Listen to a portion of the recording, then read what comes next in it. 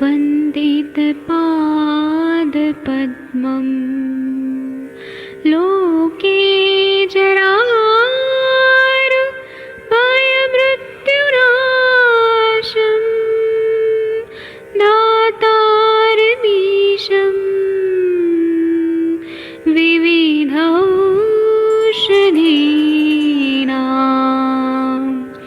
शङ्खं चक्रं जलौकां दधतं मृतघटं चारुतोर्भैश्चतुर्भे सूक्ष्मस्वच्छादिरुद्यं शुकपरिविलसन् मौलिमं भोजनेत्रम् कालाम्बोदोज्ज्वलाङ्गं कटितटविलसत् चारुपीताम्बराढ्यं वन्दे धन्वन्तरिन्तं निखिलगदमिव प्रौढदावाग्निनीलम्।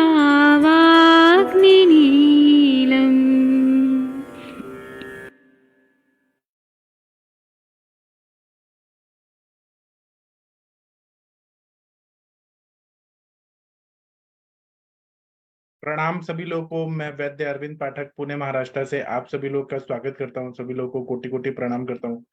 आप सबके सब भारत के सर्वश्रेष्ठ चिकित्सक हैं, सभी को मैं प्रणाम करता हूं। आइए आज हम लोग कैंसर ये विषय पे बात करेंगे। कैंसर तो एक बहुत बड़ा ऐसे व्याधि रहता है जो असाध्यावस्था को जाता है, लेकिन हम लोग आयुर्वेद के दृष्टिकोण से क्या सोचते हैं, किस तरह से उसको हम चिकित्सा करते हैं और आयुर्वेद में इसका इलाज है। वो जब फर्स्ट सेकंड थर्ड स्टेज रहता है तो हम इसको काफी हद तक अच्छा कर सकते हैं। आप लोगों को पहले तो अपना शास्त्र को अच्छे से समझना पड़ेगा, तभी आप दुनिया को दिखा सकते हैं कि हाँ कैंसर का इलाज है। अगर लास्ट स्टेज हो जाता है तो ना एलोपैथी डॉक्टर बचा पाते हैं ना आयुर्वेद के, कोई नहीं बचा पाता है। जब लास्ट स्टेज आता है तो मृत्यु ही आती है। लेकिन जब शुरुआत रहती है तो जैसे कि ओरल कैंसर में क्या रहता है कि मुंह पे छाले आ गए, जीभ में छाले आ गए, है ना, और वो बहुत ज्यादा बढ़ रहा है, जैसे कि आप लोग के स्क्रीन पे मैं दिखा रहा हूँ, आप देखिए। तो ऐसे जीभ में ये आप लोगों को दिख रहा होगा, तो ऐसे आने लगते हैं, मेटास्टेटिक ग्रोथ होने लगता है। इसी तरह से निगलने में तकलीफ हो रहा है, मुंह में छाले पड़ रहे हैं, जीभ में छाले पड़ रहे हैं, फोड़े जैसा आ रहा है, तो इसका पहले तो हमें हेतु निकालना पड़ता है। तो ऐसा हो सकता है कि तंबाकू का सेवन ज्यादा किया गया है, माणिकचंद गुटखा, पान पराग, सुपारी की चीजें ये ज्यादा खाई गई हैं, है ना, निकोटिन की चीजें ज्यादा खाई हैं। इस तरह से मद्यपान ज्यादा किया है, चाय ज्यादा पिया है, बहुत ज्यादा तीखा चीज खाया है बहुत ज्यादा, और या फिर बोलने का बहुत ज्यादा मेहनत किया है अति प्रमाण में, तो ये ओरल कैंसर का कारण होता है ना। आप इस विषय पे कुछ बोलना चाहते हैं तो बोल सकते हैं, मैं बाकी तो बताऊंगा ही इस पे। इस तरह से सीए मार्कर करा के पता चलता है, बायोप्सी करके हमें कंफर्म डायग्नोसिस हो जाता है कि ये कैंसर है कि क्या है, ठीक है। इसी तरह से सर्वाइकल कैंसर होता है, सर्विक्स एरिया में भी कैंसर होता है, सीए 125 करना पड़ता है। तो उसमें हमें ये पता चलता है कि गर्भाशय का कैंसर है क्या, यूट्राइन कैंसर है क्या, तो वहां पे उस सीए मार्कर कितना है उस हिसाब से हमें पता चलता है। हर जगह का सीए मार्कर रहता है। तो कभी कभी अभी मैं यहाँ पे सर्वाइकल कैंसर या यूट्राइन कैंसर के बारे में बताऊंगा, क्या हेतु मिलता है। चिकित्सा पे भी हम लोग बात करने वाले हैं, लेकिन पहले हम हेतु पे बात करते हैं। तो इसमें ऐसा रहता है कि अनियमित रूप से कैसे भी दिनचर्या का फॉलो करना, वेगों को धारण करना, मेंसेस आगे पीछे करने के लिए दवाइयां खाना, इसी तरह से बहुत मेहनत करना, और माइंड से बहुत ज्यादा स्ट्रेस लेना या माइंड को बहुत ज्यादा इफेक्ट होना। कोई भी ऐसे डिसऑर्डर मतलब एपिसोड्स होते हैं कोई भी चीज के, एक के बाद एक कुछ एपिसोड घटते हैं जीवन में जो माइंड पे अफेक्ट करते हैं, और उसका इफेक्ट गर्भाशय पे होता है। इस तरह से ब्लड कैंसर अगर देखें तो उसमें रक्त के जो आरबीसी डब्ल्यूबीसी, खासकर डब्ल्यूबीसी, वह बहुत खराब हो जाते हैं, और अन्न पानी अच्छा नहीं मिलता है, पेट में कीड़े होते हैं, कृमि होता है, उसी तरह से आगंतुक कारण होते हैं, रेडिएशन होता है या कुछ केमिकल एक्सपोजर होता है, या फिर चिंता करना, अति श्रम करना, अति विचार करना, कोई व्यसन होना, इसके वजह से रक्त बनाने का जो प्रोसेस है, हेमोपोएटिक सिस्टम, वो खराब हो जाता है और डब्ल्यूबीसी बहुत ज्यादा विकृत स्वरूप में बनने लगते हैं। तो ये ब्लड का कैंसर होता है। इसी तरह से किडनी का कैंसर हो सकता है, उसमें बहुत ज्यादा बीपी की दवाइयां खाई जा रही हैं, डायबिटीज की दवाइयां खाई जा रही हैं, इस तरह से थायराइड की दवाइयां खाई जा रही हैं, और तंबाकू, शराब, फिर बासी खाना खाया जा रहा है, मूत्रावरोध हो रहा है, लैसिक्स और डाइटोर जैसी दवाइयां कंटिन्यू ली जा रही हैं, उसका बॉडी पे अफेक्ट होता है। तो जब भी कैंसर के पेशेंट आते हैं ना, तो हमें पहले तो स्थान देखना है कि कौन सा स्थान है, और आयुर्वेद के हिसाब से वो क्या है। तो मुख पाक जन्य है क्या, जैसे ओरल कैंसर का हो गया, विसर्प है, ग्रंथि विसर्प है क्या, या रक्त पित्त के पूर्व रूप में भी ग्रंथि अर्बुद बताया है, वो क्या है, वो हमें पूरा देखना पड़ता है। अगर हम लोग कुछ कुछ सिम्टम है जिससे हमें कैंसर का डायग्नोज करने में आसानी होती है, ऐसे तो वो डायग्नोस्टिक टूल्स उसके बहुत सारे हैं, बहुत सारे इन्वेस्टिगेशन करने पड़ते हैं। लेकिन अगर मुंह में कैंसर है, उसकी शंका आ रही है, तो पहले तो ये देखना है कि अन्न या पानी लेने में तकलीफ हो रही है क्या, बोलने में तकलीफ हो रही है क्या, तीखा चीज बिल्कुल भी खाया नहीं जा रहा है, और खून की कमी हो रही है, सहन शक्ति नष्ट हो रही है, ऐसा है तो, और वहां मुंह में छाले छाले बहुत ज्यादा पड़ गए हैं, है ना, अल्सरेशन बहुत ज्यादा हो रहे हैं, हील नहीं हो रहा है, कंटिन्यू बढ़ते जा रहे हैं अल्सरेशन। इसी तरह से गर्भाशय, यूट्रस का कैंसर है, तो ये देखना है कि 15-15 दिन में मेंसेस आ रहे हैं क्या, और बहुत दिनों तक जा रहे हैं, मेटोरेजिया मेनोरेजिया दोनों है, वो थकावट है, पांडुता है, मेहनत बहुत ज्यादा करने से, कोई भी हलचल करने से ये बीमारी बढ़ रहा है क्या, आराम करने से ये बीमारी ठीक हो रही है क्या, उसी तरह से गुस्सा ज्यादा आ रहा है क्या, ये कुछ कुछ सिम्टम मैं बता रहा हूँ, साइंस एंड सिम्टम उससे, और वहां पे ट्यूमर बढ़ रहा है, ग्रोथ हो रहा है क्या, वो हमें पता चलता है। फिर हम लोग उसका बायोप्सी कराते हैं या फिर आगे सीए मार्कर का टेस्ट करते हैं, तो हमें कंफर्म हो जाता है। इसी तरह से ब्लड कैंसर का अगर देखेंगे, तो टोटल जो ब्लड है वो कम हो रहा है क्या, और हीमोग्लोबिन कम होना, जो डब्ल्यूबीसी है, टोटल लिकोसाइट्स, वो बहुत ज्यादा बढ़ रहा है, बहुत ज्यादा, है ना, उसका अनलिमिटेड ग्रोथ हो रहा है, इतना ज्यादा हो रहा है कि हम वो कंट्रोल ही नहीं हो रहा है। इसी तरह से बहुत थकावट आ रहा है, सहनशीलता कम हो रही है, बहुत ज्यादा वीकनेस आ रहा है। ये ब्लड कैंसर में डब्ल्यूबीसी जो है वो 50,000, 1 लाख से ज्यादा क्रॉस कर जाता है, और वो भी इतना ज्यादा बढ़ने लगता है डब्ल्यूबीसी कि कंट्रोल ही नहीं हो रहा है, बहुत ज्यादा बढ़ रहा है। इस तरह से शिराएं जो रहती है वो ब्लड कैंसर में, जो वेन्स है वो शिथिल होती है, और शरीर ड्राई होता है। खट्टी चीज और ठंडी चीज जो रहती है बहुत ज्यादा उनकी इच्छा बढ़ने लगती है। उसी तरह से जो ये रहता है स्प्लीन, ये बहुत ज्यादा बढ़ जाता है, हेपेटो स्प्लीनोमेगाली, ये बहुत ज्यादा हो जाता है। इस तरह से किडनी का कैंसर होता है, तो उसमें यूरिन का जो है प्रमाण कम होने लगता है, एचबी लेवल कम होने लगता है, हाथ पैर में सूजन आने लगती है, मेटास्टैटिक ग्रोथ उसमें होने लगता है। तो इसमें हमें पहले तो परीक्षण ये करना है कि जीभ, गला, होंठ और थ्रोट, इन सब का परीक्षण करना है, वहां पे स्वेलिंग देखना है, वहां पे रेडनेस है कि नहीं वो देखना है। गर्भाशय परीक्षण के लिए वहां पे बिनाइन ट्यूमर है कि मैलिग्नेंट है वो देखना पड़ता है। इसी तरह से यकृत प्लीहा का स्वेलिंग देखना पड़ता है, उसको पूरी अच्छे से मेजरमेंट कितना है वो देखना पड़ता है। और आयुर्वेद के हिसाब से जो है, वो हम लोग चिकित्सा जब भी करते हैं तो हम ये देखते हैं कि दूध पे अगर पेशेंट को रख दिया, तो वो पेशेंट कितना अच्छा, उसको पॉजिटिव फायदा हो रहा है या नहीं फायदा हो रहा है, पथ्या पत्थे पे रख दिया तो कितना फायदा हो रहा है कि नहीं हो रहा है ना। हम आयुर्वेद के हिसाब से उसको सोचते हैं। एलोपैथी का अगर केमोथेरेपी, रेडिएशन और जो भी चल रहे हैं, सर्जरी वगैरह, वो चलने दें। उसमें भी 2-3 मेथड है कि कुछ लोग केवल आयुर्वेद करते हैं, कुछ लोग स्टार्टिंग में, है ना, कुछ लोग क्या करते हैं कि एलोपैथी आयुर्वेदिक दोनों देते हैं, और कुछ एलोपैथी पूरा देते हैं। तो वो पेशेंट को काउंसलिंग करना भी जरूरी होता है।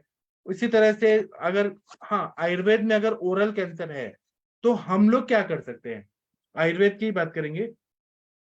इसमें अगर जीभ में या थ्रोट में कैंसर हो रहा है ना, ओरल कैंसर हो रहा है पूरा, थ्रोट कैंसर हो रहा है या जीभ में हो रहा है, टंग कैंसर हो रहा है, तो इसमें इरी मेदादी तेल जो है वो, या फिर मुरीवेणा तेल या कुट्टम चुकिया तेल, जैसा अवस्था है, अगर बहुत ज्यादा हीट है बहुत ज्यादा, तो चंदन बला लाक्षादी तेल, है ना, ऐसे तेल जो रहता है, या फिर सिद्ध घृत रहता है, दाढ़ीमादी घृत, फिर शतावरी घृत, जैसा कंडीशन है हम दोष दुष्य समूर्छना देके वो देते हैं। तो इसमें या तो हम प्रतिसारण करेंगे, उसको लगाएंगे होंठ में, जीभ में, है ना, अंदर गाल के अंदर लगाएंगे वो पूरा। और इरिमिदादी तेल से हम लोग ये करेंगे, कवल गंडुश करेंगे। इसी तरह से इंटरनली कामदुधा प्रवाल पंचामृत देंगे चूस चूस के लेने के लिए। उदुम्बर नाम का जो होता है पेड़, उसका जो पानी निकलता है वो पीने के लिए देंगे, है ना। ऐसे उदुम सिरप भी आता है सांडू कंपनी का, वो पीने के लिए देते, बहुत अच्छा, हीट कम हो जाता है। शतावरी घृत, महातिक्त घृत देते हैं, गाय के दूध पे रखने के लिए देते हैं। और पेशेंट को हमें दिनचर्या को फॉलो कराना है, ब्रह्मचर्य का पालन कराना है। इससे काफी हद तक हीलिंग प्रोसेस अच्छी होने लगती है। मेरे पास एक पेशेंट आए थे, ओरल कैंसर के ही थे। उनको डॉक्टर्स ने केमोथेरेपी वगैरह दिया था, कभी सर्जरी भी हो गया था, लेकिन उनका हील नहीं हो रहा था। वो सब करने के बाद फिर से वो बार बार आ ही रहा था, मेटास्टैटिक ग्रोथ आ ही रहा था।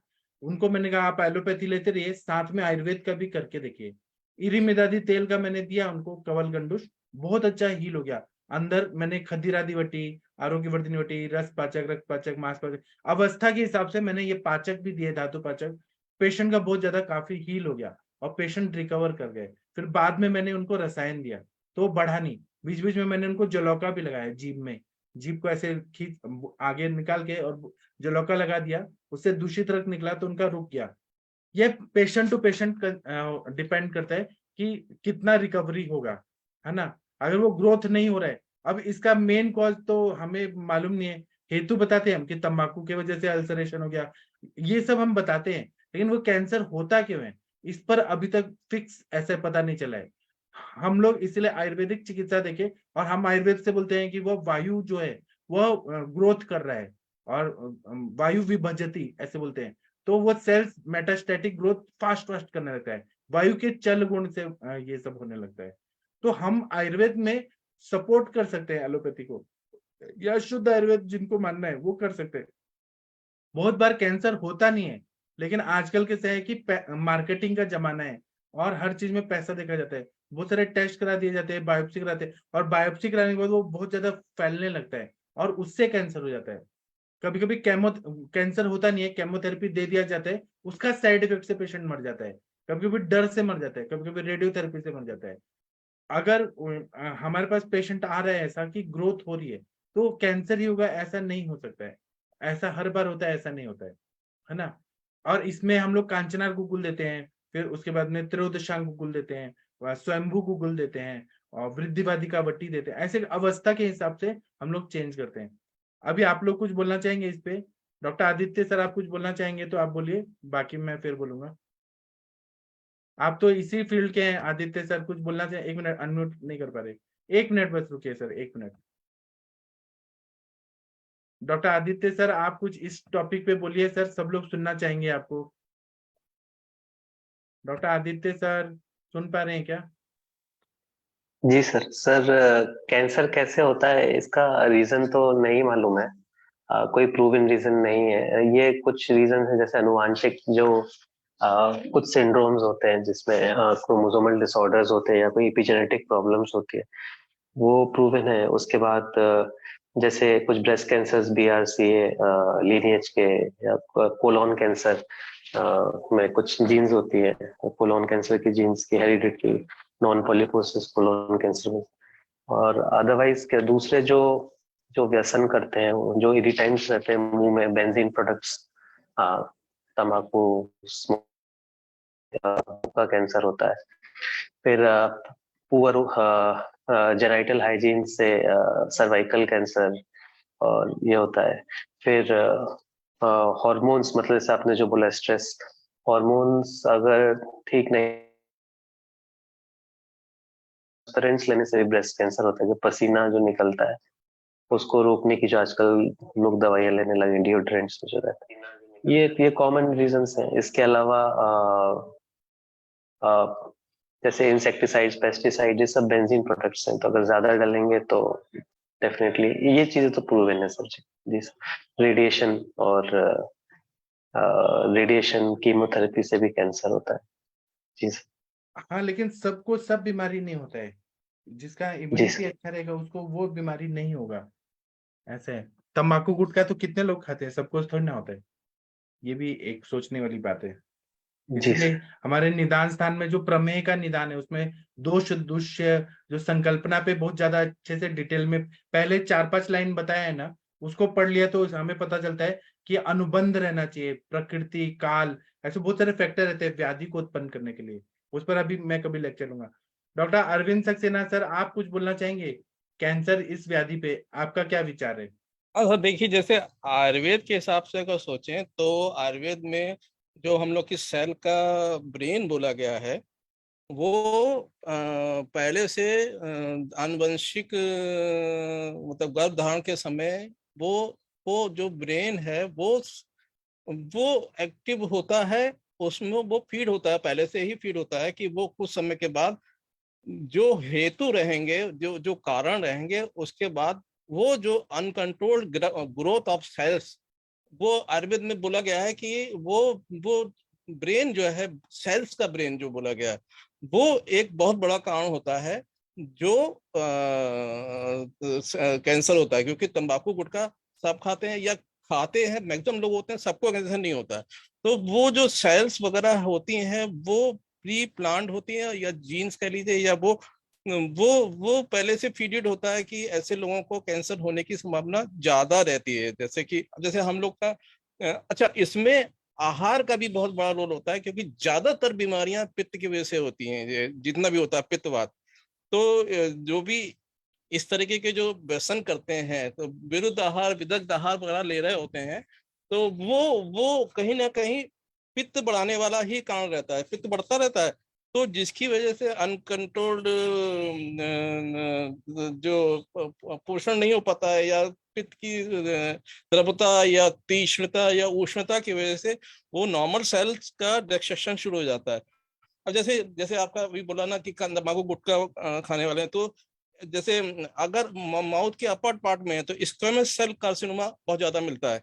और वही अगर गैस्ट्रिक और ओइसोफेगल गैस्ट्रिक जो जंक्शन पे होता है, वहां पे जो है एडिनो कार्सिनोमा बोला junction of oesophagus and stomach, ये ज्यादा मिलता है। लेकिन सबसे ज्यादा जो बाकी तो जैसे आपने बोला कि ब्रेस्ट कार्सिनोमा है, यूट्रस कार्सिनोमा है, वो कहीं ना कहीं uncontrolled growth of the cell or growth of cells is determined by the brain of the cells।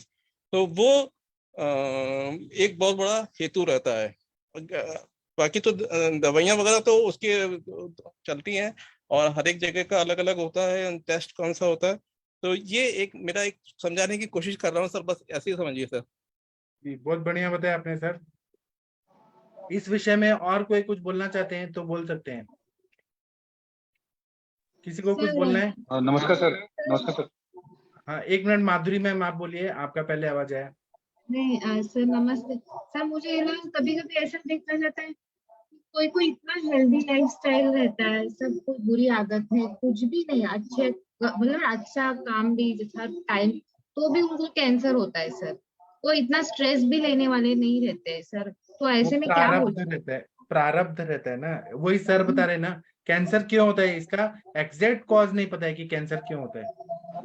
मतलब सब कुछ अच्छा है, कुछ फॉल्ट ही नहीं निकाल सकते कि क्यों हुआ करके क्या। अभी इस पे कोई लोग बोलते हैं कि प्लास्टिक में खाना खा रहे हैं, प्लास्टिक में पानी पी रहे हैं, इसीलिए ऐसा सर हुआ।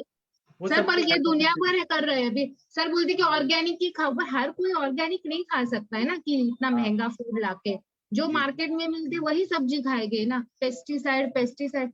पर इतना ये होगा तो सर मुझे पता नहीं, पर कोई इतना अच्छा नॉर्मल लाइफ में भी किसी किसी को हो जाता है जो अच्छा प्रारब्ध रहता है, वो प्रारब्ध रहता है कि उस तरह से उसको जीवन काटना है, पूर्व जन्म का कुछ तो रहता है। वही तो बोला गया कि सेल का ब्रेन जो है वो प्री प्लान्ड होता है, वो पहले से डिटरमाइंड होता है, क्योंकि जरूरी नहीं विरुद्ध आहार या उन सबको हो। और सही बात है आपने कही कि जो नहीं भी विरुद्ध आहार ले रहे हैं उनको भी हो रहा है। तो मीन्स कहीं ना कहीं कुछ ऐसा चीज है जो डिस्कवर नहीं हुई है, उसको उन्होंने हमारे आचार्यों ने ब्रेन ऑफ द सेल्स बोला कि वो ब्रेन ऑफ सेल्स फिर अनकंट्रोल हो रहा है, वो नॉर्मल ब्रेन ऑफ सेल, या हम बोलेंगे मस्तिष्क या हृदय, हर सेल में रहता है हाँ, मस्तिष्क हर और सेल ब्रेन, में रहता है। तो जिसको हम वो प्राण भी बोल बॉडी सकते हैं। वो नॉर्मल बॉडी फंक्शन को कई बार फॉलो नहीं करता है, और वो क्योंकि हर सेल्स कहीं ना कहीं से डिटरमाइंड हो रहा है, लेकिन ऐसे में अनकंट्रोल्ड ग्रोथ हो रही है, मींस कि वो नॉर्मल फ्लो को मास्टर नहीं कर रहा है, वो अपने हिसाब से वो ग्रोथ कर रहा है, तो इसीलिए अनकंट्रोल्ड ग्रोथ इसमें होती है सर। जी, इस पे डॉक्टर आशा मैम, रविंदर जी क्या बोलना चाहते हैं आप लोग? हाँ नमस्कार सर, और सभी को मेरा नमस्कार सर। इसमें जो मतलब अगर बात करें सर अर्बुद की, तो सर इसमें क्या है कि सर बहुत से लोग बहुत ज्यादा नमक भी खाते हैं सर, इसका भी एक रीजन रहता है, जिससे सर जो नमक की वजह से सेल्स जो है सर प्रॉपर्टी से डेवलप नहीं हो पाती सर। जी और इसमें सर जैसे नहीं है, बहुत से लोगों में जो रहता है जैसे सर सिफिलिस है या गोनोरिया है सर, ये भी सर एक रीजन पाए होता है सर इसमें। और तम्बाकू का तो सर रीजन है ही। बहुत सी सर टेबलेट भी ऐसी आती हैं सर जिनकी वजह से सर कैंसर होने के चांसेस, जो एलोपैथी मेडिसिन रहती है वो भी सर एक रीजन रहता है सर।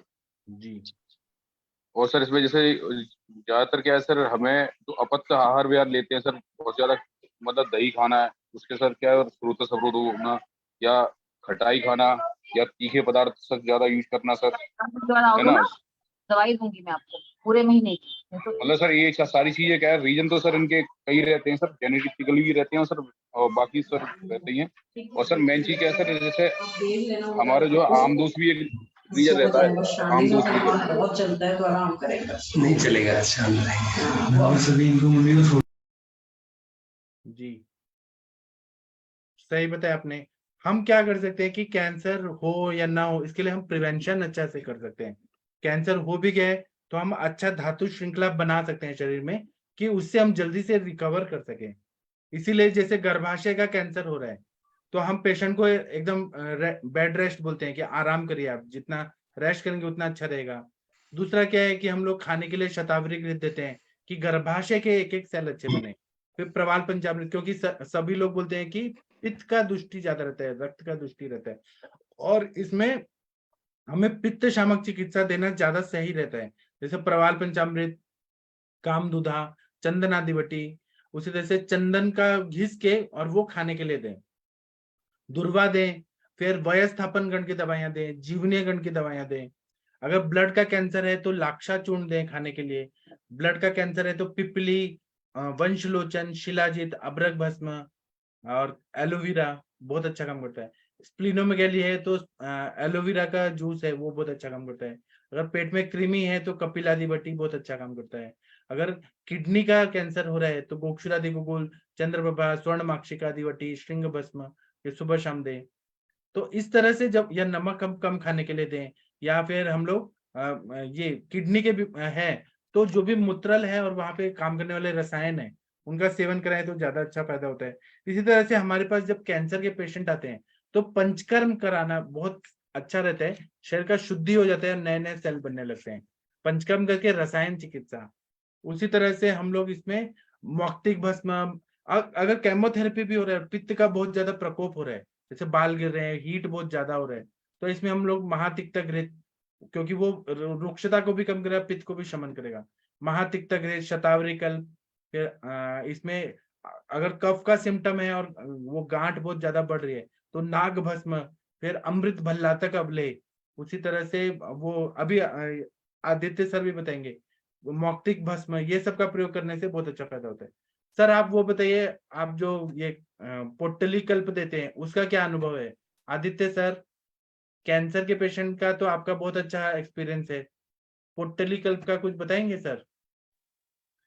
सर पारद का कोई भी कॉम्बिनेशन अगर अच्छे प्यूरिफाइड फॉर्म में दिया जाए तो कैंसर में बड़ा अच्छा रोल है। और सर कैंसर में हालांकि जितना एलोपैथी में बताया गया है, मैंने कैंसर बहुत करीब से देखा है, मैंने उसके लक्षण अपने अंदर भी देखे, और मैंने पेशेंट को बिना कीमोथेरेपी, बिना आयुर्वेद के भी कैंसर से ठीक किया, टर्मिनल कैंसर से। तो किस तरीके से वायु और पित्त खराब होता है कैंसर, उसके बारे में मैं जानता हूँ अपने शरीर के अंदर देख के, जो मुझे ज्ञान है। अगर आपको आप क्या बोले तो मैं बोल सिम्टम हुए सकता हूँ। थे सर? आप बोले मुझे भी अनुभव है, आपको क्या हुआ? सर जब हम कैंसर, जैसे मैं मृत संजीवनी यज्ञ में बैठा था जब, तो 5 लोग बैठे थे, सब खत्म हो गए थे, 2 लोग बचे थे, और जो मरीज थे ठीक हो गए थे। तो उस यज्ञ से जब मेरे अंदर जैसे वायु और अग्नि बदली थी, उसका एक्सपीरियंस मैं बता सकता हूँ किस तरीके से कैंसर की प्रक्रिया पूरे अंदर दिखती थी। मतलब जैसे वायु का चलना ठीक नहीं रहता था, कि जैसे 5 वायु जिस तरीके से हमारी व्यान वायु हृदय के थ्रू जाके स्वेदन पसीने के थ्रू निकलती है, और किस तरह से देवदत्त वायु जो उपवायु रहती है उसके अंदर वो पूरी वायु बदल जाती है सर उस तरीके से। तो बेसिकली जिस तरीके से हमारी पांचों वायु चलती है ना वो खराब हो जाती है, और वायु चलने के पहले ही धातु अग्नि खराब हो चुकी होती है। तो धातु अग्नि सातों लेवल पे खराब, कहीं ना कहीं लेवल पे खराब हो जाती है। इंसान आमतौर पे अपने मांस हड्डियां देखता है और कहता है कि हेल्दी है, तो मांस हड्डी से नहीं। आपके जीभ में कितना आम बन रहा है, क्या आपको रोज ब्रश करने की जरूरत पड़ रही है? आम तो वहीं से चालू हो जाता है। क्या आपका पैखाने में से कितनी गंध आ रही है, आपका पेशाब का वेग क्या है, आपकी भूख का वेग क्या है, ये सब वायु के लक्षण होते हैं। तो वायु से ही हमें वेग आते हैं सारे। तो ये सारे वेग बदल जाते हैं सर पहले। कैंसर एक गणित गणित की तरह होता है, इसका कोई मतलब अगर हमें ये इसके प्रिंसिपल्स मालूम है वायु अग्नि के, तो गणित की तरह कैंसर और मृत्यु दोनों गणित रहती है। तो सर वही अगर हम धातु अग्नि हर लेवल पे ठीक रख सके और वायु के वेग को मेंटेन कर सके और उपवायु को ढंग से ऊपर ले जा सके, तो सर कैंसर की संभावना नहीं है। जी, बहुत अच्छा बताया। और आप लोग को मालूम होगा आदित्य सर का वही काम ही है, ट्रांसफ्यूजन मेडिसिन में ये काम कर रहे हैं, कैंसर इंस्टीट्यूट में काम कर रहे हैं, इसलिए मैं बार बार इनको बुला रहा हूँ। आदित्य सर आप बताइए। और सर वो सर आपने, यज्ञ यज्ञ वाला बताइए, मृत संजीवनी वाला वो क्या बताया आपने? हाँ सर बताइए सर, आदित्य सर। जैसे यज्ञ के द्वारा भी हम किसी के प्राण ले भी सकते हैं और किसी को दे भी सकते हैं, तो वहीं से वेद निकलता है। तो जैसे मंत्रों के करेक्ट उच्चारण के साथ अगर हम यज्ञ में बैठते हैं पूरी निष्ठा पूर्वक, तो अभी इसका कॉस्ट वैसे तो सेक्रेट रिचुअल है, अभी ये कोई प्लेटफॉर्म पे कहीं नहीं है। 40 lakhs इसका नेचुरल कॉस्ट रहता है, 33-40 lakhs। तो हम कोई भी बीमारियां ठीक कर सकते हैं, लेकिन उसमें जो बैठते हैं उनको पूरा निष्ठा पूर्वक अपने प्राण देने के लिए तैयार रहना चाहिए। जी सर एक वो पोटली वाला का एक्सपीरियंस जो है वो बताइएगा प्लीज। हाँ सर प्लीज, वो हमें सुनना है आपसे। सर पोटली सिंदूर या कोई से भी कल्प हम देते हैं तो उससे क्या होता है, अग्नि बढ़ती है, और अग्नि बहुत ज्यादा बढ़ जाती है तो वो रूक्षता ला सकती है वायु के साथ। तो अगर हम उनके कॉम्प्लिकेशंस मैनेज कर सकते हैं या फिर कितना सेफ पोटली कल्प बनाया है, तो हम डोज बढ़ाते चले जा सकते हैं। जैसे अब कैंसर बेसिकली आम रहता है, इतनी ज्यादा डोज बढ़ा दीजिए आप कि पूरी भस्मक अग्नि हो जाए, तो पूरी धातुओं को अंदर, लेकिन रूक्षता बचाना पड़ता है साइमल्टेनियसली। तो कोई सा भी कैंसर ठीक कर सकते हैं। तो आपने सर तो कौन कौन सी उदाहरण के पोटली तौर पे दी है और एक्सपीरियंस आपको कोई क्या रहा हो अनुभव है? किसी में? पोटली मेरे पास सर है ही नहीं, अब अवेलेबल कहाँ है पोटली। नहीं, जो आप देते थे पहले वो मैंने आप बता रहे थे ना। त्रिधातु त्रिधातु गर्भ, मल्ल गर्भ, ताम्र गर्भ, प्रबल गर्भ और लोह गर्भ, हेम गर्भ, तार गर्भ, ये यूज करें सर। तो सर उससे क्या डॉक्टर साहब मतलब एक बार क्या आप इम्प्रूवमेंट हुआ? पोटली रत्न गर्भ। सर इससे कैंसर के पेशेंट में सर वो अफोर्डिंग, जैसे एक दो पेशेंट्स ही मैंने ट्रीट करे सर, तो वो क्योर हो गए थे सर। अच्छा, उनका मेटास्टेसिस रुक था? कौन सा कैंसर? हाँ हाँ पूरा क्योर हो गया। Acute myeloid leukaemia post transplant relapse.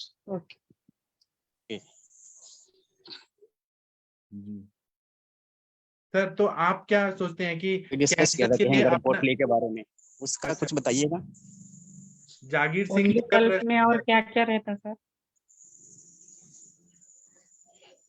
मैंने तो बस यूज करे थे जी, मैंने तो यूज करे थे, मैंने बनाए नहीं, तो इसलिए मेरे को नहीं सर डॉक्टर साहब आप कह रहे थे ना बेसिकली कि उसमें पारद कोई रहता है। कॉम्प्लिकेशन हुआ था, तो कॉम्प्लिकेशन किस टाइप का हुआ था? अब एक बार आपने संभाषण में बताया था कुछ कि कोई पोटली घर पोटली वो अच्छी नहीं है, उससे कोई कॉम्प्लिकेशन स्टार्ट हुए थे। तो हम पूछना चाहते हैं कि वो क्या हुए थे और किस कैंसर में आपने दिया था उनको? नहीं सर वो तो मैंने खुद, जैसे जब मैं किसी औषधि को किसी को देता हूँ तो मैं उसे खुद लेता हूँ सर। तो जैसे कुछ पोटलियां जैसे कमर्शियली अवेलेबल थी पहले, जैसे अभी भी अवेलेबल है, उस नाम से तो बिक ही रही है कम से कम। तो जैसे दूध पापेश्वर की जो पोटलियां हैं, तो उनकी जिस तरह से बेसिकली कोई भी चीज जो कैंसर को ठीक करती है आयुर्वेद में, खासतौर से वो उम्र बढ़ाती है। तो वो प्राण वायु का बहना और दूसरी वायु का बहना शरीर में अलग तरीके से करती है। तो जैसे उदान वायु हल्का महसूस होता है सेम वेट के साथ बहुत तो मैं उनके इफेक्ट्स खुद के शरीर में देखता था सर। तो किस तरीके से वो क्योंकि किस तरीके से उनकी क्वालिटी बदल गई है पिछले 2 सालों में। तो और फिर सर वो उसकी इफेक्टिवनेस भी खत्म हो गई है पोटली कल्प की।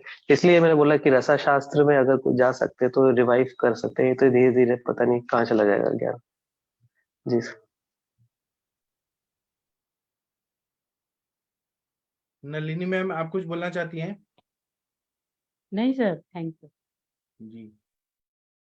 तो सर आदित्य सर, वो आपके पेशेंट को फिर से तकलीफ नहीं हुआ ना, जो भी आपने दिया ट्रीटमेंट? तो नहीं सर, नहीं सर, नहीं सर, नहीं दिया, नहीं हुआ सर, नहीं हुआ। और उस वक्त सर जैसे हाँ बोलिए बोलिए सर। सर एक बार में जैसे एक या दो ही पोटली जैसे अगर दे तो बेटर रहता है, क्योंकि वो फिर सब बॉडी भी कंफ्यूज हो जाती है ज्यादा मेडिसिन देंगे तो। लेकिन सर वो जैसे अगर ब्लड कैंसर में यूजुअली सिल्वर तो तार गर्भ का रोल रहता है, जो मैंने यूज किया है।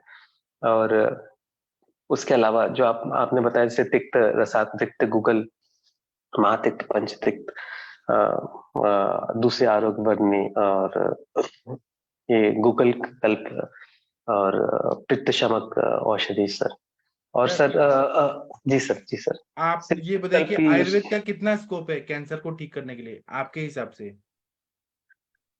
सर अगर आयुर्वेद फुल फ्लेज आ जाए, फुल फ्लेज, तो मेरे को लगता नहीं है कि अब ये प्लेटफॉर्म पे ऐसे बोलना नहीं चाहिए, लेकिन आयुर्वेद को जिस नजर से मैं अपने हृदय से देखता हूँ, अगर वो फुल फ्लेज आ जाए तो हर टाइप का कैंसर ठीक है। मुर्दे को भी जगाया जा सकता है, मुर्दे को। जी। कैंसर तो छोड़ दीजिए। जी ठीक है। और कोई कुछ पूछना चाहते हैं आदित्य सर से तो पूछ सकते हैं। सर का काम ये पूरा रिसर्च वर्क है सर का, कैंसर पे ही काम है। कोई कुछ पूछना चाहते हैं पूछ सकते हैं आदित्य सर से।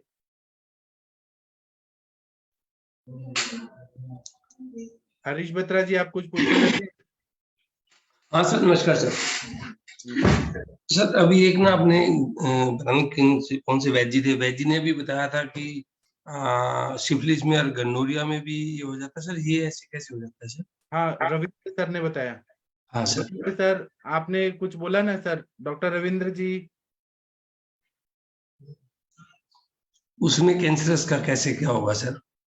वो बढ़ता है ना सर, इन्फेक्शन बढ़ता है। ये रहता है ना, मल्टीपल पार्टनर सेक्सुअली ये होता है, तो फिर ज्यादा तो मैम सर ये रहता है ना, सर्वाइकल कैंसर भी लेडीज में ना, जब देखा जाए जो यूज मल्टीपल पार्टनर्स करते हैं ना सर, उनमें होता है, वन ऑफ द रीजन है, इसे बोलते हैं। हाँ, वो एक रीजन है।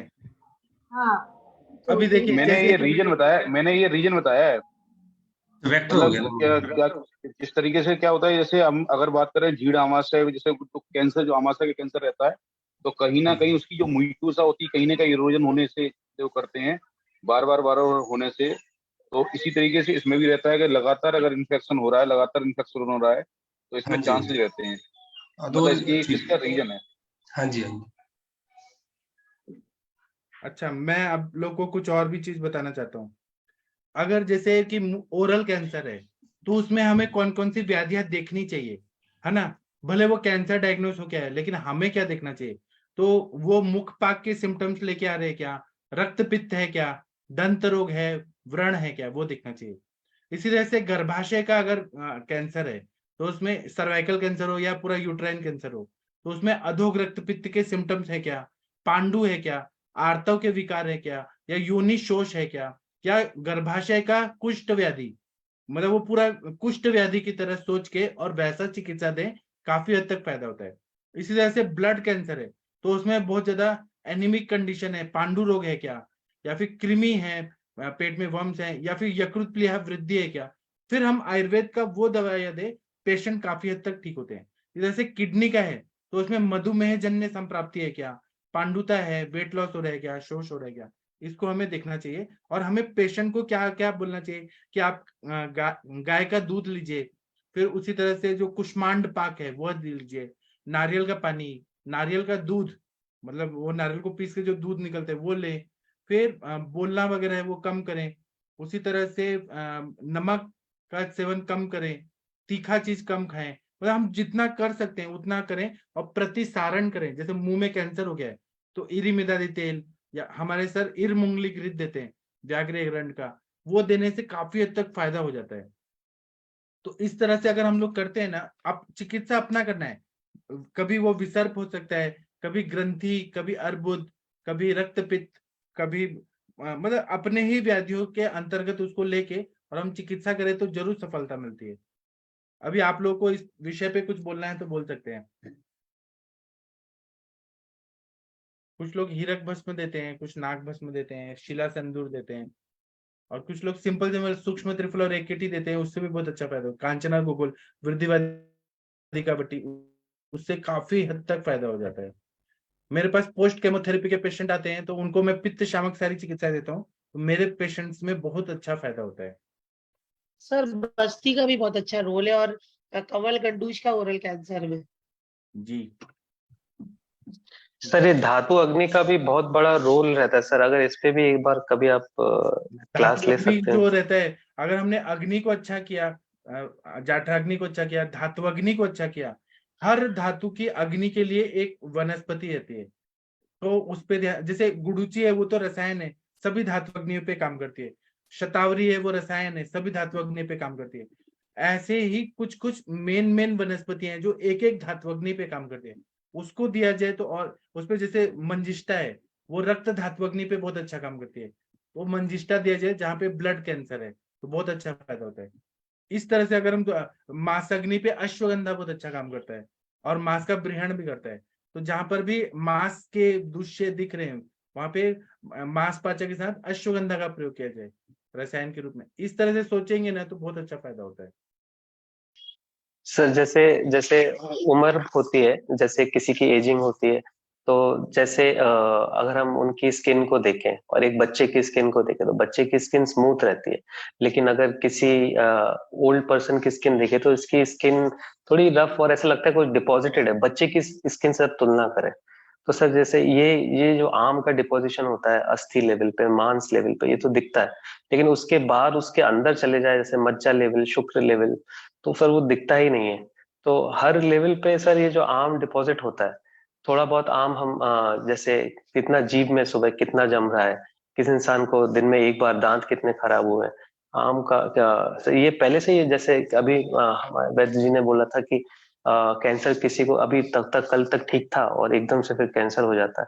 तो सर हर लेवल पे शरीर के हर रस में कहीं ना कहीं दुष्टि मिलने की संभावना अच्छी खासी रहती है सर, उसका रिफ्लेक्शन होता है। अगर परीक्षा करें सारे रस मतलब जहां से भी सिक्रीशंस की परीक्षा करें, मल की परीक्षा करें, तो सर वो पहले वो लक्षण तो रहते ही हैं सर किसी भी धातु अग्नि में अगर परेशानी हो तो। जी सर।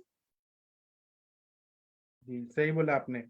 इसीलिए तो आप लोग देखिए बड़े बड़े जो अमिताभ बच्चन वगैरह हैं, वो लोग कितना अच्छे से अभी भी यंग दिखते हैं। वो लोग ना कुछ ऐसी प्रक्रियाएं करते हैं, दिनचर्या को फॉलो करते हैं, हर चीज में वो अपना अच्छा चीज खाते पीते हैं, तो वो लोग कितने स्वस्थ रहते हैं। और जो लोग नहीं अपने पे ध्यान देते हैं तो वो बीमार रहते हैं, तो ऐसा रहता है। आप लोग कुछ बोलना चाहते हैं? इसलिए हम लोग का आयुर्वेद का जो कॉन्सेप्ट है, रसायन, रसायन जो है वो इसलिए बताए पूर्व मध्य मध्य वैसी वा, ऐसे बताए कि मध्य युवावस्था से शुरू करें या वृद्धावस्था में रसायन का सेवन करेंगे तो कभी भी कोई भी बीमारी नहीं होती है, और बीमारी अगर होगी भी तो वो भी निकल जाती है। इसलिए आम्लकी रसायन, ऐन्द्र रसायन, फिर त्रिफला रसायन, लौह रसायन, ताम्र रसायन, शिलाजित रसायन, कितने सारे रसायन तो बताए हैं हमारे आयुर्वेद में। स्किन के लिए बाकुची रसायन बताया, कितना बढ़िया बताया, सुश्रुत संहिता में बाकुची रसायन बताया। इस पर किसी को कुछ बोलना है तो बोल सकते हैं। मेरे पास तो ऐसे बहुत सारे पेशेंट हैं जिनको लीवर कैंसर डायग्नोज कर दिया था, तो मैंने अपना आयुर्वेद का ही रस पाचक, रक्त पाचक और रक्त को प्रसादन करने वाले और स्वर्ण माक्षिक वंग भस्म ये सब दिया, और वो ठीक हो गए। बाद में कहाँ था उनका ब्लड कैंसर। मतलब बहुत सारे मिस डायग्नोज भी रहते हैं पेशेंट, कैंसर नहीं होता है। और जो लोग असाध्यावस्था में जाते हैं उनका इतना फास्ट मेटास्टेसिस होता है, इतना फास्ट होता है कि एलोपैथी का कोई ट्रीटमेंट काम नहीं करता है, ऐसा भी होता है।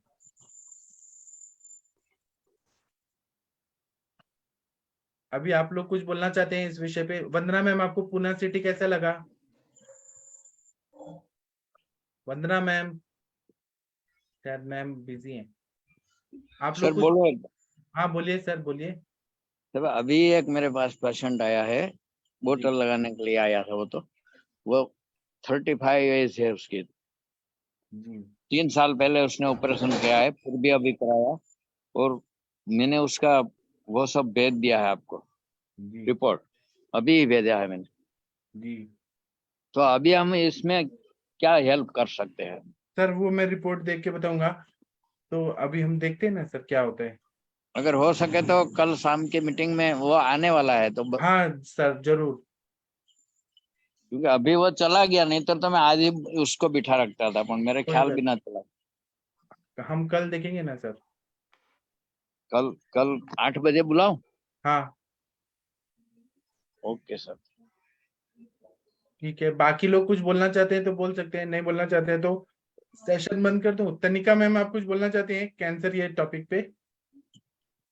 हरीश बत्रा जी कुछ बोलना चाहते हैं? हाँ सर, वो पूछना था सर, ये जो बक्कल कैविटी का कैंसर होता है ना सर, हाँ सर इसको हम कैसे डायग्नोज करेंगे? बायोप्सी से पहले हम कैसे हम जाएंगे सर? इसको वही देखेंगे ना, मुखपाक है क्या, जी रक्तपित्त है क्या, विसर्प है क्या, हाँ अपना सर। चिकित्सा करके देखते हैं। अगर फायदा होता है तो ठीक है, नहीं तो आगे पेशेंट को बढ़ा देते हैं।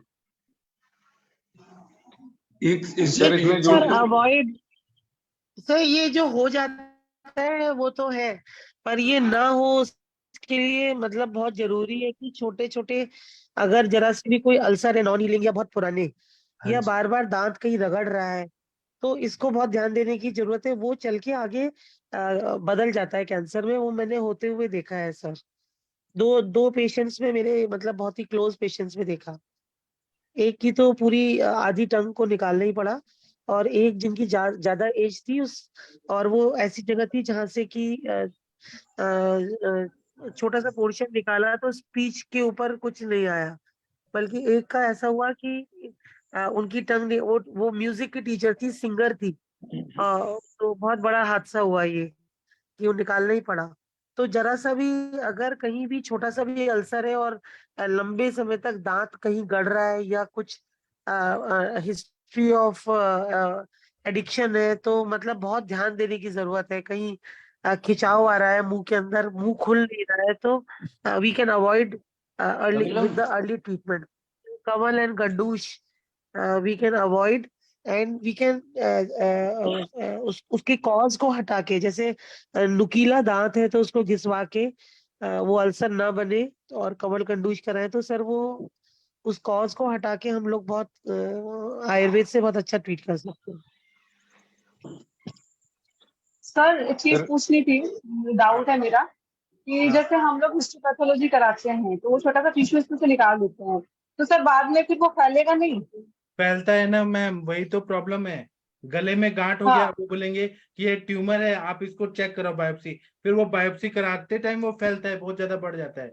अगर हम तो उसके इसका पहले ही मतलब, कांचनार गुगुल दें, पत्र पोटली स्वेद दें, वो ठीक हाँ हो हाँ, जाए। यही चलो बात भाई। है। अच्छा, तो इसका मतलब सर जो सीए मार्कर होता है तो उसमें जितनी ज्यादा वो होती है उसकी रेंज, उसके हिसाब से हम समझ करके और दवा चला सकते हैं, हाँ ये है ना? हाँ, कितने सारे बस ब्रेस्ट एक, कैंसर, फाइब्रोएडिनोमा होता है, वो डॉक्टर बोलते हैं कि कैंसर है, आप चेक कराओ। लेकिन हम लोग पत्र पुटली श्वेत कांचनार गुगुल ये सब देते हैं, पेशेंट ठीक हो जाते हैं। कहाँ कैंसर रहता है? कुछ नहीं रहता। और जो सर लोग, एक सर, एक आदित्य आदित्य सर से एक क्वेश्चन था सर। आदित्य सर आप बताइए सर, ये कुछ पूछ रहे हैं। हेलो। जी सर। हाँ आदित्य सर, एक वो बताते हैं, अगर बक्कल कैविटी का कैंसर होना तो उस अल्सरेशन में पेशेंट को कोई फील नहीं होता, कोई पेन नहीं होता, कोई कुछ नहीं होता, क्या इस तरह का है क्या? सर पेन जब तक नहीं होता जब तक नर्व एंडिंग्स टच नहीं की जाती। तो एक बार नर्व एंडिंग्स पे आ जाता है तब दर्द होता है सर। और बक्कल कैविटी का कैंसर जब बढ़ जाता है तो छेद भी कर देता है वो। तो दर्द तो सर हर कैंसर में होता है एक्चुअली में।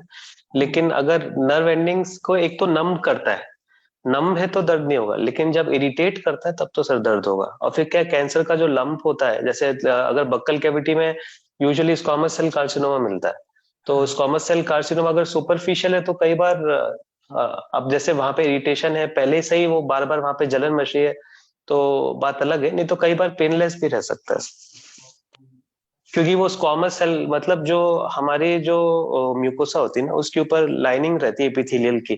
तो अगर वो इन्वॉल्व है और उसके नीचे जैसे ये लेमिना प्रोप्रिया, उसके नीचे फिर वो सॉफ्ट टिश्यू लेमिना प्रोप्रिया के नीचे फिर वहां नर्व्स रहती है, तो अगर नर्व्स तक नहीं पहुंचा तो सर दर्द नहीं होगा। सर कितना टाइम वेट करके बायोप्सी के लिए जाना चाहिए सर? सर हमारे एलोपैथी में तो यही बोलते हैं कि बायोप्सी इज द फर्स्ट, उसके बाद ट्रीटमेंट। नहीं सर, जैसे सपोज अगर आज पेशेंट अल्सरेशन के लिए है 1 दिन 2 दिन 10 दिन, सर अगर उसको नहीं कहीं इफेक्ट आ रहा मेडिसिन से, तो सर उसके बाद बायोप्सी की तरफ जब ही जाना चाहिए या कुछ वेट करना चाहिए? सर अगर आपका स्क्वामस सेल कार्सिनोमा लोकली है तो फिर आप उसको लोकल एप्लीकेशन देके, रसरत पाचक देके, आम पाचक देके देख सकते हैं। अस्थि पाचक मतलब जो भी धातु जैसे आपको लग रहा है अस्थि पाचक देना, या अपने लक्षणों के हिसाब से देके देख सकते हैं सर। नहीं सर, मैं ना एक स्पेसिफिक कोई वो पूछ रहा हूँ कि कोई इस तरह का इंडिकेशन आता है कि हम अब कैंसर की तरफ पेशेंट मूव कर रहे हैं, ऐसा कुछ सर है सर? एलोपैथी में सर ऐसा है कि देखिए, अगर कोई ऐसी ग्रोथ है जो सस्पिशियस लग रही है तो फिर बायोप्सी करना चाहिए, जो बढ़ रही है समय के साथ, और वो ऐसा नहीं सालों में बढ़ रही है, जो हफ्तों में या महीनों में बढ़ रही है, 5 महीने 6 महीने में 4 महीने में बढ़ रही है, तो फिर सर बायोप्सी करना चाहिए तुरंत।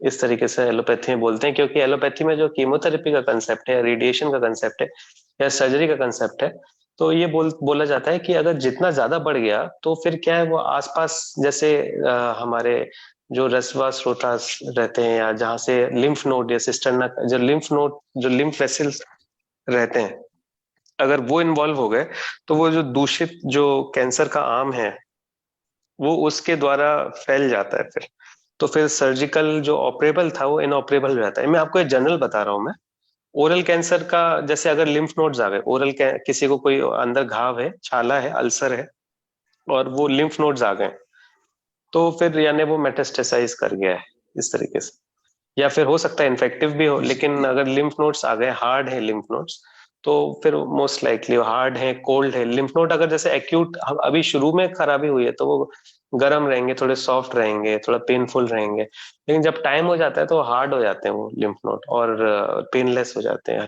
टाइट, जैसे कोल्ड लिम्फ नोड, टीबी जैसे। तो यानी वो स्प्रेड कर गया है, वो इंडिकेशन रहता है, तो फिर वो ऑपरेशन, फिर बड़ा ऑपरेशन होता है, फिर क्या है, मेटास्टेसिस के चांसेस बढ़ जाते हैं। मैं एलोपैथी का बता रहा हूँ सर, तो इस तरीके से तो हमारी जी सर सर एक वो ना सर, सपोज अगर कहीं वो लंप पड़ा है, वो मूवेबल है या नहीं, नॉन मूवेबल है सर? इसमें कहीं ना कहीं वो है सर, कैंसर का शायद मूवेबल होता है, थोड़ा सा वो और बता सर। जैसे क्या होता है, अगर सॉफ्ट है, लंप है, तो कई बार वो लाइपोमा हो सकता है या फाइब्रोमा हो सकता है, तो अब उसमें यूजुअली वो बढ़ता नहीं है, तेजी से बढ़ता नहीं है, वो भी सर पेनलेस ही रहता है। तो कई लोगों के, अगर आप देखेंगे, हम लोग जितने लोग अभी 24 कितने लोग हैं, 25 लोग हैं, अगर सब पूरे शरीर को पाल्पेट करेंगे ना, अच्छे से एग्जामिन करेंगे, तो किसी ना आधे लोग का भी हो सकता है कि कोई ना कोई छोटा सा कहीं ना कहीं लाइपोमा टाइप का या वो छोटा सा लंप निकले। तो लंप कहना भी सही शब्द नहीं है, वो थोड़ा सॉफ्ट रहता है, लाइपोमा रहता है, कॉमन रहता है। इसी तरह से फाइब्रोमा भी हो जाता है उम्र के साथ, कि मतलब जैसे अब लाइपोमा, अगर आप मेरे ख्याल से रक्त मेद, कहीं का मेद दुष्टि है बोले, मैं श्योर नहीं हूँ इस बारे में, लेकिन कहीं ना कहीं किसी धातु की दुष्टि हुई है, मांस मेद की। इसी तरह से फाइब्रोमा में फिर मांस अस्थि जैसा उसका जो कैरेक्टर रहता है, तो इस तरीके से तो वो हम लोग के में तो एलोपैथी में तो बस रिसेक्शन ही है भैया, कुछ परेशानी नहीं आ रही है तो फिर आप वेट कीजिए, हम बोलते हैं। तो यूजुअली जो मूवेबल रहता है वो नॉन कैंसरस रहता है, जो नॉन मूवेबल हार्ड रहता है, क्योंकि वो तेजी से उग रहा होता है तो उसको जगह जगह पूरा कॉम्पैक्ट हो जाता है। जो नॉन मूवेबल रहता है वो कैंसरस रह सकता है, हार्ड नॉन मूवेबल।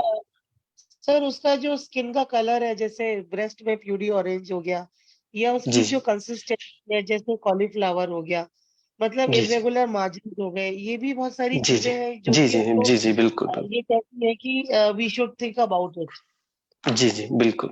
एक बार फिर बोलो ना जरा।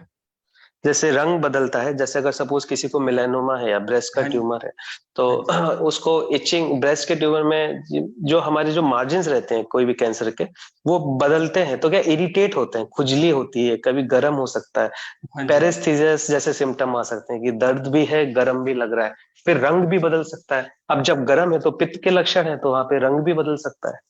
तो ये सारे सिम्टम्स भी मिल सकते हैं, और ये हफ्ते भर, महीने भर के ऊपर से रह रहे हैं किसी लीजन में, तो सस्पेक्ट करना चाहिए कि ये कैंसर है। जी सर। जी सर, ठीक है, बस हो गया सर मेरा। आदित्य सर, ज्यादातर जो बायोप्सी होती है वो मतलब जैसे लगा कि वहां पे इरेगुलर मास है, तो उसको एक्सीजन किया और उसका एक्सीजन करने के बाद उसकी बायोप्सी करने हिस्टोपैथोलॉजी में भेजते हैं, एक्सीजनल बायोप्सी जिसको कहते हैं। तो मतलब उस केस में क्या होता है कि हम टिश्यू को रिमूव कर रहे हैं और हम उसके कंफर्मेशन के लिए भेज रहे हैं पैथोलॉजी में कि दिस इज कैंसरस और this is not cancerous. This has to be done even laparoscopy से जब फेब्रॉइड रिमूव कर रहे हैं या excisional biopsy of any glossopharyngeal lesion और एनीवेयर। तो वो जो होता है कि उससे बढ़ जाएगा ये नहीं होता, वो अभी उनको पता चल जाता है कि हम अभी इसको एक्सीजन कर देंगे तो सेफ रहेगा। जैसे आप कह रहे हैं कि रस दुष्टि तक नहीं पहुंचना चाहिए और उसको हम लोग भेज देते हैं, तो लोकल अभी हुआ है तो वहीं की वहीं फिर बाकी की जो ट्रीटमेंट्स है वो फॉलो हो सकती है। जी मैम, एक्चुअली में क्या होता है कि हमारी मजबूरी रहती है कि हम दो तीन तरीके से कैंसर पता कर सकते हैं कि किसी के शरीर में कैंसर है कि नहीं। एक तो जो बहुत पुराना तरीका है उसको बोलते हैं FNAC, मतलब फाइन, एक जो पतली निडल होती है उसको घुसाते हैं लंप के अंदर, उससे एस्पिरेट करते हैं और जो कुछ मटेरियल निकलता है उसको हम माइक्रोस्कोप में देखते हैं या उसको स्टेन करते हैं। तो इसको बोलते हैं फाइन निडल, अंदर जो डाली है उससे एस्पिरेट किया हमने, उससे साइटोलॉजी जो FNAC। कोशिका, हाँ FNAC, fine needle aspiration cytology, ये बहुत ही अब तो ये मतलब प्रिमिटिव टेक्निक है, इसमें जरूरी नहीं है आपने किस तरह से खींचा, सेल्स टेढ़े हो गए कैसे हो गए, तो नॉर्मल सेल्स भी टेढ़े मेढ़े दिख सकते हैं, एटिपिया जैसे बोलते हैं हम।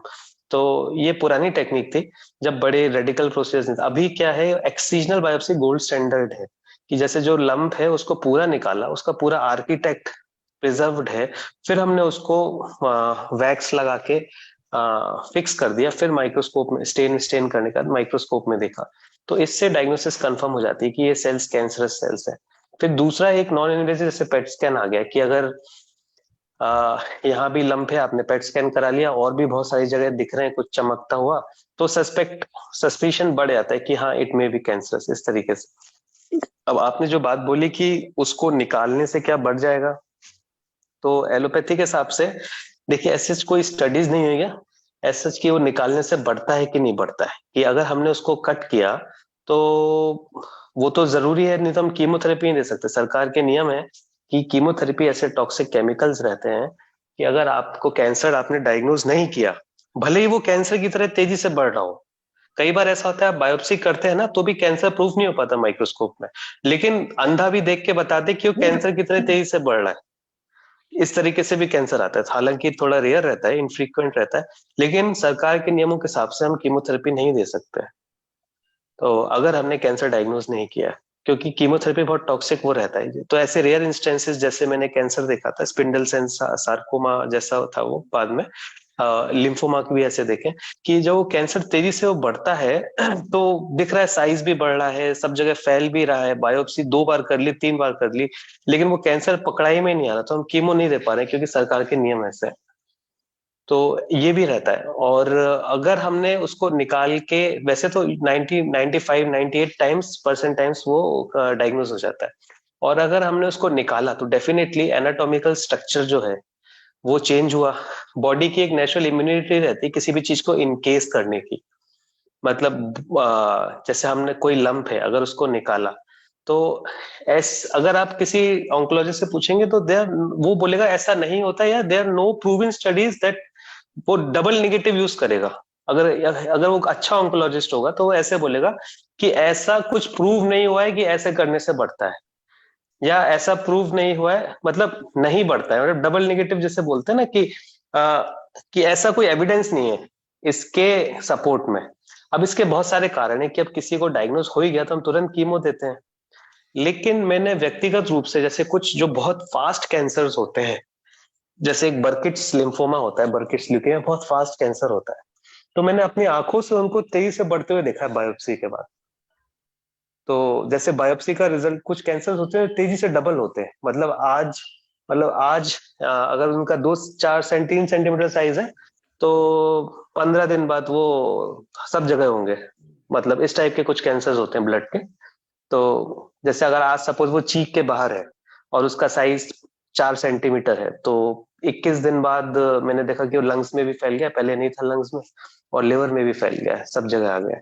तो कुछ बहुत फास्ट कैंसर्स होते हैं, जैसे मैंने एग्जांपल बताया बर्किट्स लिम्फोमा। तो जब उस एक पेशेंट आया था, दो पेशेंट आए थे, जैसे बांग्लादेश का मैंने पेशेंट देखा था, बच्चा था, तो उसको वो 1-2 महीने से बढ़ रहा था, लेकिन हर दिन हम देख रहे थे कि जैसे 4 दिन 5 दिन में उतनी सिग्निफिकेंट ग्रोथ, हम उसको मेजर करके नोट करते थे। अभी क्या हुआ, उसकी बायोप्सी करी और बायोप्सी में हिस्टोपैथ का आने में 7 दिन तक लगता है, तो सामने सामने आंखों के सामने वो तेजी से बढ़ने लगा था बायोप्सी के बाद। अब ये चीज कहीं लिखी नहीं है किताबों में, कि जब आप बहुत करीब से पेशेंट देखते हैं, तो मेरी ये समझ है कि जितनी मेरी अंडरस्टैंडिंग और मेरा एक्सपीरियंस है, अब मैं अपना एक्सपीरियंस यहाँ पे बोल रहा हूँ, मैं यहाँ पे लिटरेचर नहीं बोल रहा हूँ, कि यस कैंसर अगर आप बायोप्सी करें तो उससे फैल सकता है, उससे बढ़ सकता है, लेकिन वो मजबूरी होती नहीं तो हम कीमोथेरेपी नहीं दे सकते, हम ऑपरेशन नहीं कर सकते बिना कैंसर को डायग्नोस करे, और रेडिएशन नहीं दे सकते, क्योंकि तीनों ही चीज, ऑपरेशन कोई नॉर्मल ऑपरेशन तो होता नहीं है। अगर आपको ब्रेस्ट कैंसर में ब्रेस्ट निकालनी है तो कई बार दोनों ब्रेस्ट निकालते हैं, और नहीं तो ब्रेस्ट के साथ साथ लिम्फ नोड्स भी निकाल देते हैं, है ना। तो बहुत बड़े बड़े ऑपरेशन, कैंसर नहीं है किसी को और आपने सोचिए उसका दोनों ब्रेस्ट और पूरे लिम्फ नोड्स निकाल दिया, क्या अगर किसी को सर्वाइकल कैंसर है, पूरा यूट्रस ओवरी सब निकाल दिया, तो पता ही नहीं है कि कैंसर है कि नहीं है, बायोप्सी कंफर्म ही नहीं हुआ। तो मजबूरी में नियमों के कारण हमें बायोप्सी करनी पड़ती है, भले ही वो क्लिनिकली दिख रहा है कि कैंसर है, तो भी हम उसको कीमो नहीं दे सकते, क्योंकि नियम है सरकार के। जी हाँ। तो बेटर ये है कि हम नॉन इन्वेजिव टेक्निक पहले अपनाएं, और जरूरी है तो नहीं, नॉन इन्वेजिव कर सकते हैं डेफिनेटली, लेकिन अगर ऐसा लगता है जरूरी है तो फिर एक्ससिजनल पे जाइए। एफएनएसी का कोई रोल नहीं, या तो नॉन इन्वेजिव, जैसे प्रोस्टेट कैंसर है तो प्रोस्टेट कैंसर में पीएमएसए पैट स्कैन होता है, जैसे एक ऐसा पैट स्कैन जो इस तरह का एंटी डाई यूज करता है, प्रोस्टेट मेम्ब्रेन स्पेसिफिक एंटीजन, कि प्रोस्टेट कैंसर जहां जहां फैलता है वो चीजें लाइट अप हो जाती है, तो आजकल बायोप्सी करना बंद हो गया। इसी तरह से लिवर कैंसर है तो उसमें ट्रिपल फेस सीटी स्कैन होता है, तो अगर हम रेडियोलॉजी से ही अगर हम डायग्नोस कर लें तो बहुत अच्छा है कि हमें बायोप्सी करनी ही नहीं पड़ेगी। कुछ कुछ कैंसर के लिए नॉन इन्वेजिव टेक्निक्स, और कई बार अगर मेटास्टेसिस है ही, फैल ही गया, तो फिर वो डायरेक्टली पेट स्कैन में दिख जाता है जब पैलिएशन जैसा हो जाता है। जी मैम, अदरवाइज अगर आपको लग रहा है स्टेज 1 है और अगर आपको एलोपैथी में जरा सा भी ऐसा है कि I will go for allopathy, तो तुरंत वेट नहीं करना चाहिए, बायोप्सी करवा लेना चाहिए। सर ये एक तरह कमल जमाल है, वो क्या मतलब उनका क्या प्रिंसिपल है, वो क्या बनाते हैं ब्लड में से और क्या होता अरे है? मैम वो फेक, सब बेकार है, बेकार। अच्छा, ठीक है। दिल्ली में जो मेट्रोज में सब जगह जो है वो पर्सनलाइज्ड वैक्सीन के नाम से जो बेच रहे हैं। जी जी। हाँ, वो बेसिकली वो इम्यूनिटी बढ़ाने के लिए, अगर आपके सेल्स लिए जाए आपके शरीर से और उसको कैंसर के एंटीजेंस के खिलाफ बाहर लैब में आपके सेल्स को कैंसर के एंटीजेंस के खिलाफ एक्सपोज किया जाए, तो आपके सेल्स एंटीबॉडी बनाने लगते हैं। तो वो इस तरीके से उसको पार्शियल कुछ कैसे कर रहे हैं, लेकिन जो मैंने रिजल्ट्स देखे हैं पेशेंट्स में वो खराब है।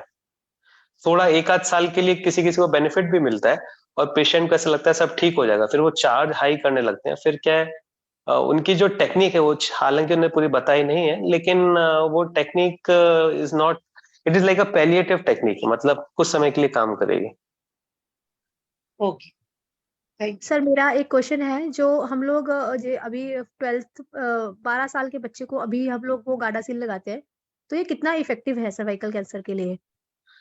हाँ मैम, ये काफी इफेक्टिव है, लेकिन ये बेसिकली ये जो गार्डासिल इंजेक्शन लगाते हैं वायरस, ये जो कैंसर वायरस से होता है, ह्यूमन पेपिलोमा वायरस 14-16, तो इसके खिलाफ ये काम करता है। अगर सर्वाइकल हाइजीन अच्छा है और रस रक्त का इलाज आता है, किसी को रस रक्त पाचन मांस पाचन का इलाज आता है, तो फिर और हाइजीन अदरवाइज अच्छा है तो फिर जरूरत नहीं तो लगा सकते हैं वैक्सीन का, कोई ऐसा एडवर्स इफेक्ट सर मैं नहीं।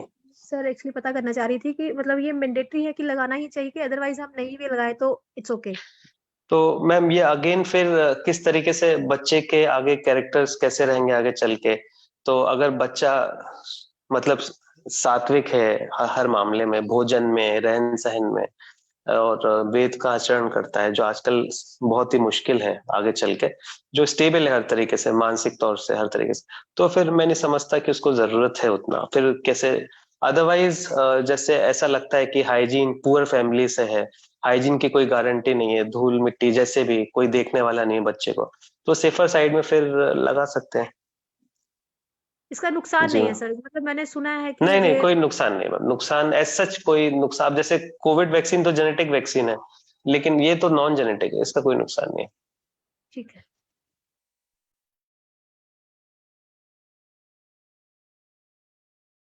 ठीक है, और कोई कुछ पूछना चाहते हैं, बताना चाहते हैं तो बताइए, पूछिए ये टॉपिक पे। सर इसमें जैसे आप अभी बताया ना सर कि एक तो सर सौम्य रूप रहता है, एक काठिन्य, तो सर सौम्य रूप जैसे हम जो नॉन मेलिग्नेंट बोलते हैं सर, और काठिन्य में जैसे रहता है सर जो मेलिग्नेंट, यानी कि सर कहीं ना कहीं उसमें हार्डनेस होती है, उसमें सॉफ्टनेस होती है सर, सौम्य रूप रहता है। तो सर जैसे इसमें क्या है सर, बात आदि यानी जो धातु है सर, मतलब वो दूसरी टुकड़ी सर, उसमें मांस और मेद सर जो है, उसमें दुष्टि होने की वजह से सर जो रहता है सर, कैंसर होने की संभावना ज्यादा रहती है सर। हेलो। जी सर, सर आप बिल्कुल सही बोल रहे हैं, इसलिए सर नॉनवेज में भी इसमें क्या है ना जो बहुत से सर जैसे बात तो उसकी वजह से जैसे हम लोग कसाय रस जो ज्यादा यूज कर रहे हैं सर, कसाय रस का सर ज्यादा जो यूज कर रहे हैं, तो उसमें सर क्या कि जो अर्बुद रहेगा सर वो मतलब गांठ टाइप की सर, यानी कि वो सर हार्ड रहेगी सर, उसमें पेन भी सर मतलब यानी कि सर वेदना भी काफी ज्यादा रहेगी सर। जी सर, सर आप सही बोल रहे हैं, और मैंने ये ऑब्जर्व किया है जो लोग नॉनवेज खाते हैं जैसे उनका मज्जा धातु और शुक्र धातु भी कई बार खराब हो जाता है। जी सर, जी तो सर, वैसे बिल्कुल। तो ऊपर से शुक्र धातु के कोई लक्षण तो दिखते नहीं है, क्योंकि शुक्र शय तो लगभग सभी का होता है, तो शुक्र धातु अच्छा है, लक्षण तभी दिखते हैं जब शुक्र शय ना हो। तो शुक्र धातु और मज्जा धातु के लेवल की कोई परेशानी हमें दिखती नहीं है सर शरीर में। हमें जो परेशानी दिखती है मांस मेद अस्थि तक दिखती है। अस्थि के बाद क्या होता है कि सर वो जीवन है ना, फिर से डिसॉल्व होना चालू हो जाता है। मांस पे हार्ड हुआ, मतलब मेद मांस मेद मेद मेद पे लुब्रिकेशन, अस्थि पे हार्ड हुआ, उसके बाद फिर जीवन सॉफ्ट होने लगता है, मतलब जैसे मज्जा शुक्र ओज प्राण जो बाकी के जो चौथों चारों लेवल है वो सॉफ्ट होकर डिसअपियर होने लगता है जीवन विज्ञान में कुछ। तो जो शुक्र और मज्जा धातु पे जो परेशानियां है वो यूजुअली ऐसे जनरली देखने को नहीं मिलता है, लेकिन अगर आप फॉर एग्जाम्पल, हालांकि ये चीज भी प्रूवन नहीं है, लेकिन मैं आपको बस बताना चाहूंगा कि जैसे जो लोग ज्यादा रोस्टेड, आजकल प्रोटीन का जो चल रहा है, रोस्टेड चिकन खाते हैं, सब खाते हैं, तो कई बार उनका हीमोग्लोबिन हायर साइड पे आपको दिखेगा।